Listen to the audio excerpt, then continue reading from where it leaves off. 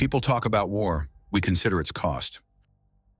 Every 24 seconds of the first week of full-scale war, Russia lost approximately $1 billion in real assets, calculated the International Institute for Economic Research, IERE, adding up the damage from frozen reserves, currency collapse, export shutdowns, and loss of trust from international partners. On February 24, 2022, Russia begins its invasion of Ukraine, counting on a quick defeat of the Ukrainian army and limited economic damage to itself. Within the government, there was confidence. Reserves, $640 billion, oil and gas exports stable, state debt low, the economy will withstand. Many officials believed that sanctions would have a short-term effect, and key industries would continue operating without disruption. On February 26th, the G7 Governing Council and the European Union, including Germany, the USA, and the United Kingdom, decided to freeze approximately $300 billion of the Central Bank of Russia's gold and foreign exchange reserves. Half of the country's financial cushion became inaccessible for emergency economic operations. Formally, this is not confiscation. In reality, blocking a key instrument that maintains the ruble exchange rate, allows payment for imports, contains crises, and maintains the trust of businesses and banks.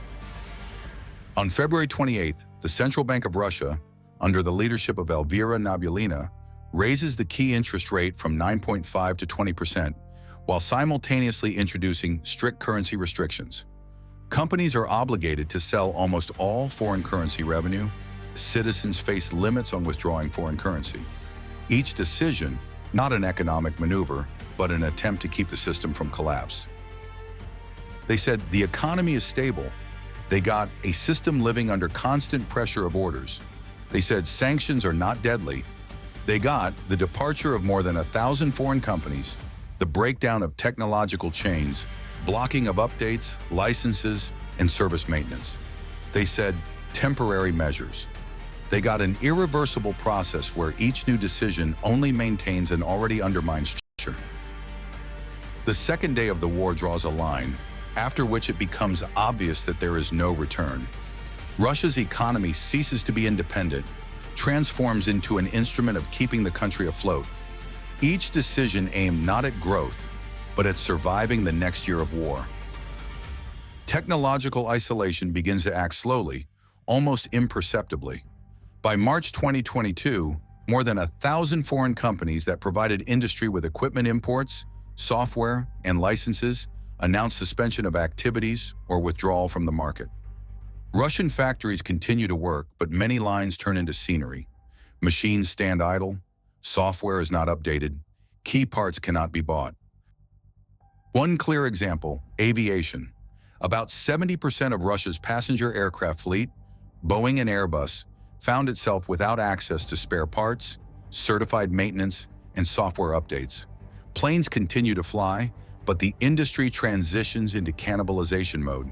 Some aircraft are dismantled so others can take to the air. This is not operation, this is postponement. This is consuming the future for the sake of the present. International settlements become complicated. Disconnection of some banks from SWIFT makes every international payment slow, expensive, and risky.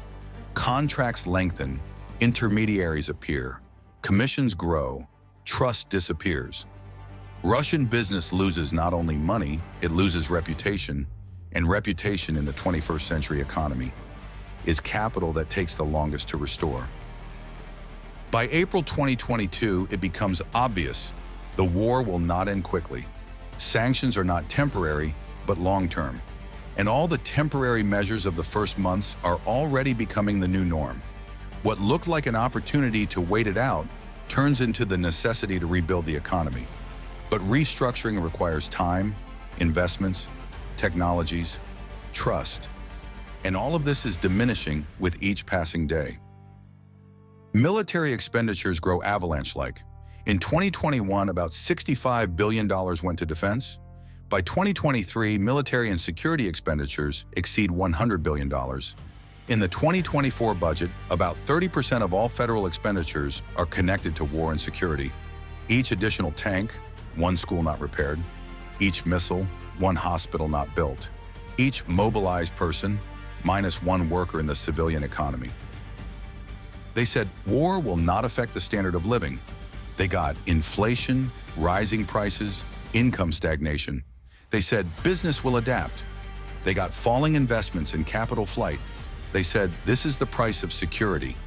They got the price of halted development. By 2023, another effect manifests: personnel. Hundreds of thousands of men are either mobilized or have left the country. This is a blow to the labor market, to small and medium businesses, to demographics. The economy loses people of active age. Those who consume, create, take risks. Payments to contractors and military orders temporarily support demand, but demand without production is inflation, and production without people is degradation. High revenues from oil and gas exports create an illusion of stability, but reality is more complex. Sales markets narrow, discounts grow, logistics become more expensive, settlements become complicated. Money is there, technologies are not. An economy can live without political competition, but cannot live without technologies. This is precisely where the real economic point of no return forms. Not because money is running out, but because exiting the war becomes more expensive than continuing it. Stopping the war means a sharp reduction in military orders, rising unemployment in dependent regions, budget holes, social questions with no answers. The system chooses continuation, not because it's profitable, but because stopping is too painful. War transforms into a method of keeping the country from collapse, but a mobilization economy has a limit. It doesn't create, it consumes. Each subsequent year of war increases wear, shortens the planning horizon, makes return to normalcy more expensive. Money still exists, production still works, but development has stopped, and stopping is a form of defeat. The economic point of no return, the moment when a country continues war, not because it knows how to win, but because it doesn't know how to stop. When the budget ceases to be an instrument of development and becomes a mechanism for maintaining stability. When the future is postponed under the formula after the war, this is the real cost of this war.